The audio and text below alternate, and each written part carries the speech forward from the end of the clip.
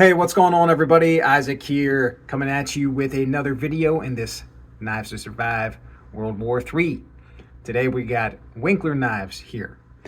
Now, Winkler knives exclusively makes fixed blade knives these days. They did, I think, a couple runs of folders, maybe 6-7 years back in maybe eight years. I think 2016-17 time frame, and as far as I know, they're never going to make any more. So if you want a Winkler manufactured folding knife, you are paying over $1,000 for it on the secondary market these days. Just like 3 years ago, they were maybe 600, but since they are in such short supply, you're paying big bucks if you want one. But they did a collaboration with a company called Kilamanjaro Knives. Daniel Winkler designed this folding knife, and Kilamanjaro manufactured it in Taiwan. It's a flipper. It says Winkler design there. It's made in OS 10 steel. It's got black micarta handles. Pretty nice looking blade design here. It's 3 inches. The handle is pretty thick, robust.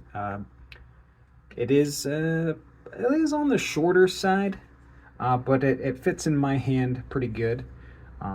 If you have larger hands, you know, your pinky might be down here on the butt end, but I can fit my 4 fingers in there.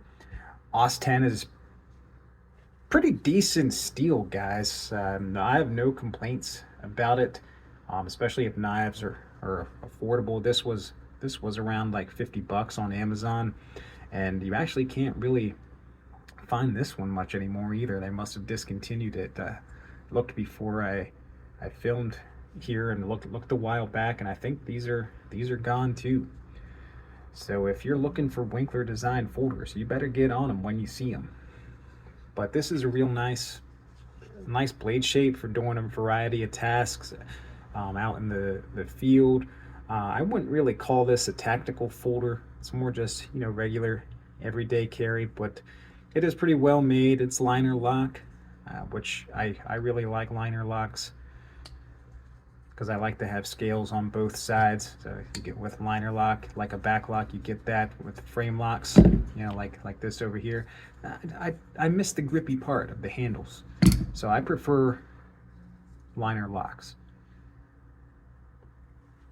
Now, this does hold a decent edge. OS 10 steel. I know Cold Steel uses it, and Schrade has started using it quite a bit in some very budget-friendly knives. Check out Schrade if you want to check out OS 10 steel. Now this it's really nice. Love the micarta handles, and I think this knife would serve very well as a folding knife in our 2 knives in the Winkler scenario here. Now, sit that down. For our fixed blade, I've got my Winkler field knife. This is the sheath design that Winkler uses for, I think, about all his knives. Belt clip. They've redesigned the belt clip since this knife was purchased. This is a green micarta handle. It's very dark, a lot of black in it as well. This field knife blade shape, 3/16 of an inch thick, and we got a 5 3/4 inch blade, which super nice blade length for a variety of tasks. You know, not too big, not too small, but you know, it's big enough where you could do some light chopping with this. You do have a lanyard hole back here if you want to wrap a lanyard around your wrist and get some chopping in. It's long enough to be able to baton through some wood to start fires.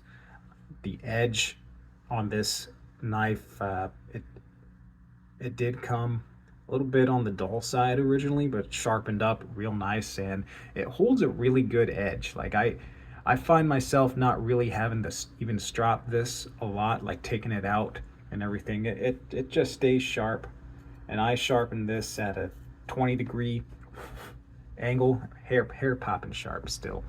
Um, I haven't used this a ton recently, but we need to break this out as our hike camp knife here. Now that the weather's real nice here at the end of April, need to get outdoors and enjoy ourselves. Now this blade also is long enough to be deadly in some sort of combat situation, and the design was modeled after a hand-forged Daniel Winkler knife that he made for a Navy SEAL. His name was Thomas Ratliff. He was killed in action in an incident known as Extortion 17. It's a helicopter crash that killed a lot of Navy SEALs and other special operations people as well on August 6th, 2011, I believe. So this knife design was carried by, top operators in the American military. So I'm sure it works pretty well. And it's also, all Winkler designs kind of have a throwback look to a different era of America, because he's really big into frontier history and was a reenactor for many years. Maybe he still does it, I don't know. But I really just love his blade shapes, and they're reliable knives. This 80 CRV2 is tough, easy to sharpen, and holds a good edge, and I think would do well for anybody as a knife to survive World War III. So you take it easy, guys. We'll see you on the next video.